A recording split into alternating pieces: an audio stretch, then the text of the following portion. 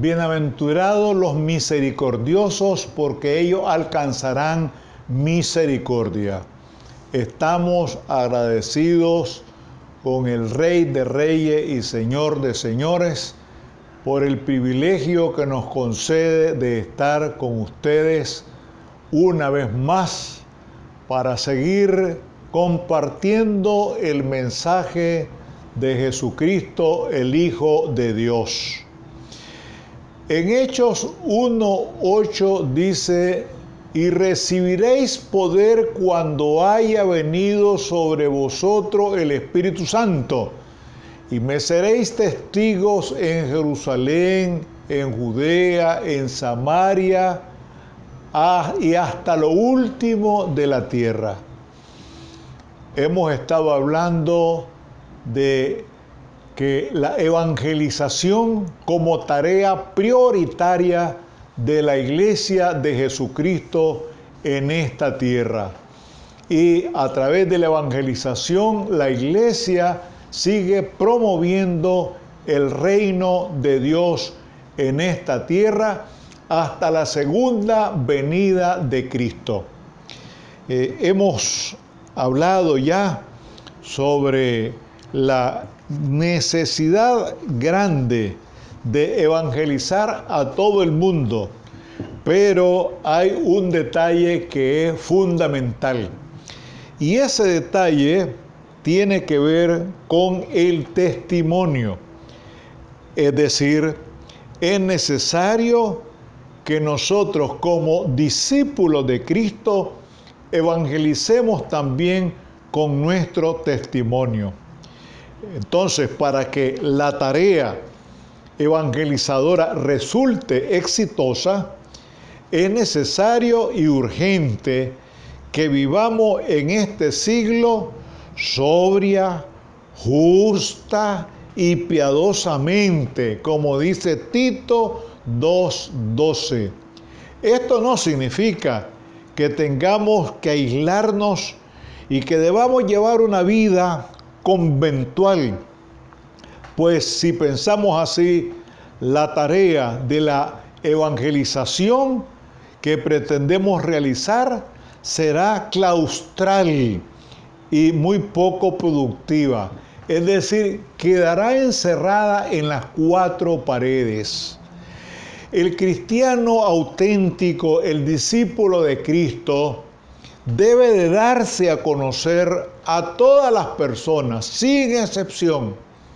No puede estar aislado. Recordemos, y yo creo que muchos cristianos nos olvidamos de que Jesús fue un hombre público.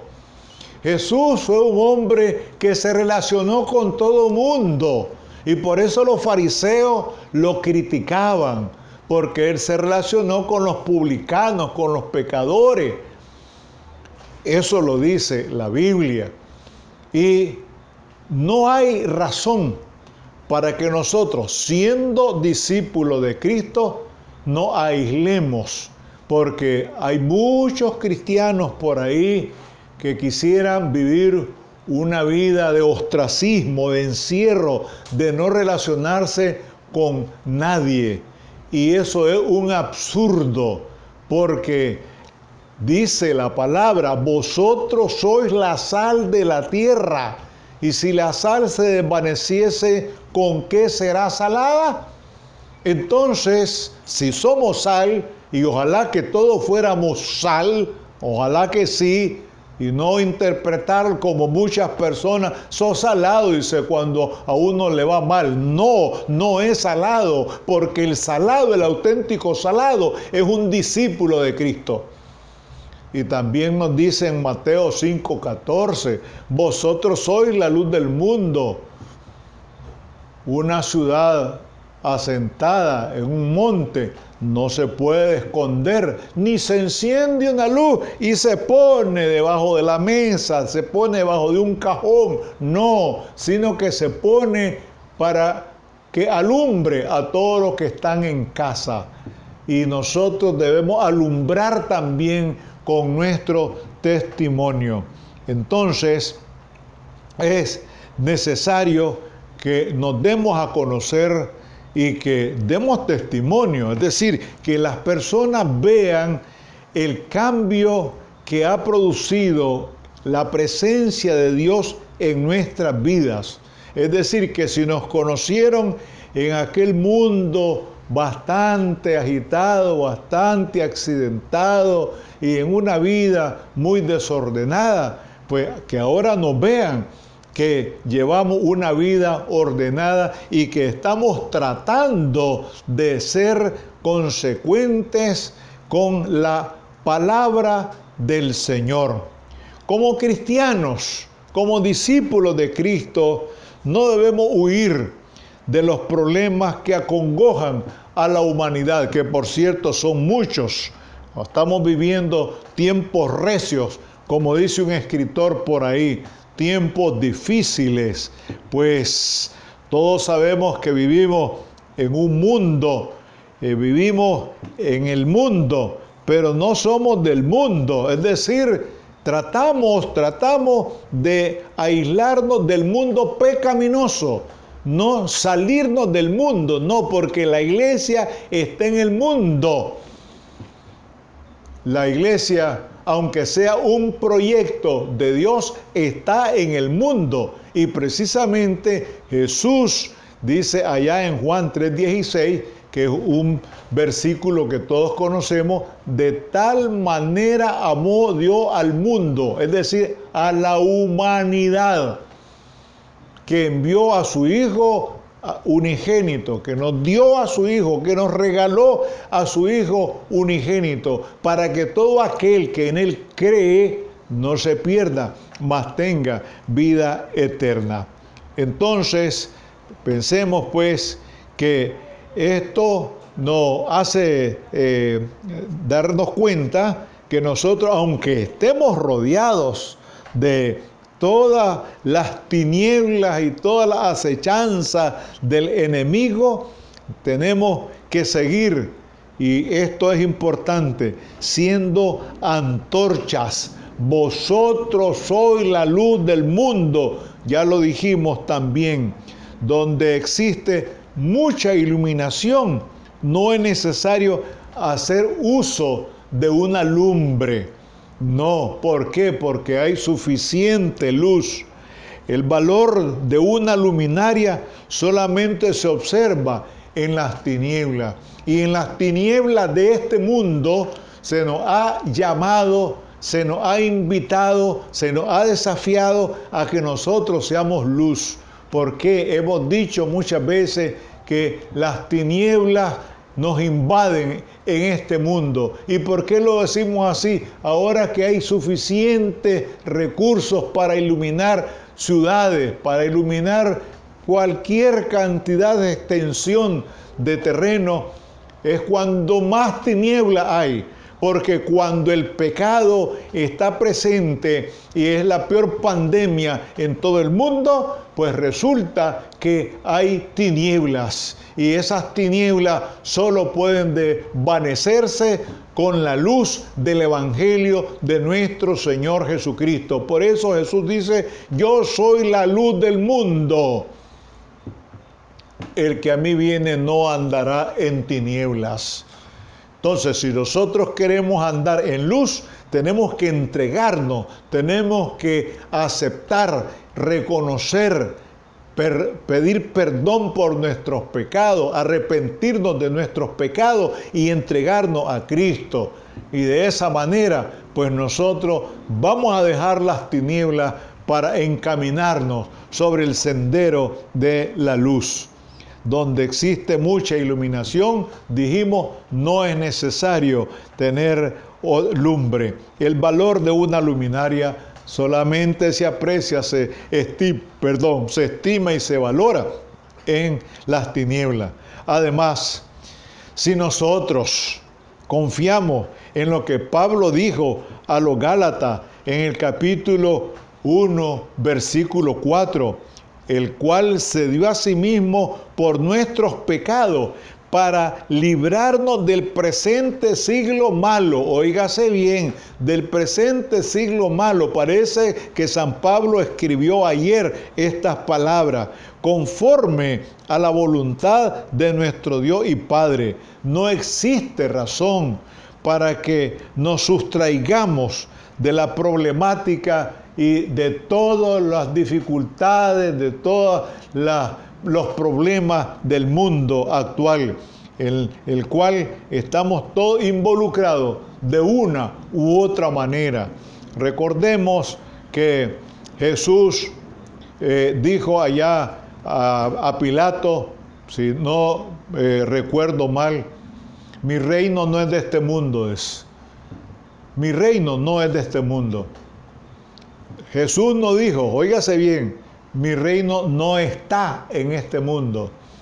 Claro que está en este mundo, porque desde que vino Cristo a esta tierra, su reino está en este mundo. Y por eso en el Padre Nuestro decimos, venga a nosotros tu reino, que tu reino se esté manifestando todo el tiempo, permanentemente en esta tierra.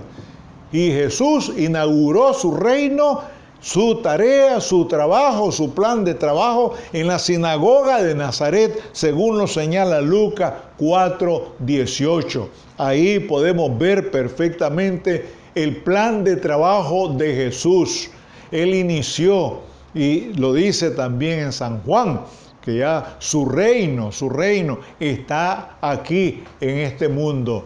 Y su reino se va a establecer plenamente en la segunda venida de Cristo. Cristo viene a reinar a esta tierra, una tierra transformada, dice un cielo nuevo y una tierra nueva. Para aquellos que quieren salir volando como un cohete, tienen que revisar nuevamente la Biblia para darse cuenta que la Jerusalén va a bajar del cielo a la tierra. Entonces, amados hermanos, amigos, en este aspecto conviene que tengamos mucho cuidado, porque existe el gran riesgo que nos inclinemos a un lado o al otro. Y el ejemplo por excelencia de la no parcialización lo encontramos en Mateo 22, 17, 21. 17 y 21. Cuando los fariseos le preguntaron al maestro, ¿es lícito dar tributo a César o no? Y él respondió, dad pues a César lo que es de César y a Dios lo que es de Dios. Recuerden, hermano, estamos hablando de evangelizar con nuestro testimonio. El mayor peligro que se corre cuando nosotros queremos parcializar el mensaje de Jesucristo es que, siendo luces, nos vayamos a convertir en tinieblas, y eso es grave. Es que siendo luces y nos convertimos en tinieblas, quiere decir que no ha habido una auténtica conversión. Entonces, dice aquí en 1 de Juan 2:15, no améis al mundo ni las cosas que están en el mundo. Si alguno ama al mundo, el amor del Padre no está en él. Y Santiago 4:4b nos dice, cualquiera pues que quiere ser amigo del mundo, se constituye en enemigo de Dios. Vean qué claro está aquí el mensaje del Señor. Porque algunas personas dicen, es que yo no entiendo, dicen. No entiende qué, si aquí está bien claro. Aquí está bien claro. Porque lo triste es que nosotros en algún momento podemos hasta cerrarnos, podemos cegarnos y nos podemos volver sordos al mensaje de la palabra de Dios. Pero lo cierto es que tenemos el desafío grande de que a través de nuestro testimonio, a través de nuestra manera de ser, de actuar, de hablar, a través de ciertas expresiones nuestras, también se dé a conocer el mensaje de Jesucristo. Y eso lo observamos muy bien en la Biblia, en aquellas personas, cuando le llamaron cristianos por primera vez en Antioquía. Aquí aparecen Hechos de los Apóstoles. Fíjense que los seguidores de Cristo no andaban con una camiseta ahí, con una grabación ahí, con unas letras que dijera soy cristiano, no, sino que le llamaron cristianos. ¿Por qué? Porque vieron en ellos algo diferente, vieron en ellos algo especial. Es decir, que la actitud de ellos reflejaba que eran discípulos de Cristo. Y esto es lo que tiene que hacer la iglesia y esto es lo que tenemos que hacer todos los cristianos. Los cristianos auténticos, los cristianos que hemos reconocido y aceptado a Jesucristo como el único y suficiente Salvador de nuestra vida. Tenemos que ser muy, pero muy identificados con el Señor. Es decir, que no amemos las cosas del mundo, no amemos la pecaminosidad que hay en este mundo, sino que todo lo contrario. Porque si amamos al mundo, nos convertimos en enemigos de Dios. Gracias, Señor, por tu palabra. Tu palabra es contundente, Señor.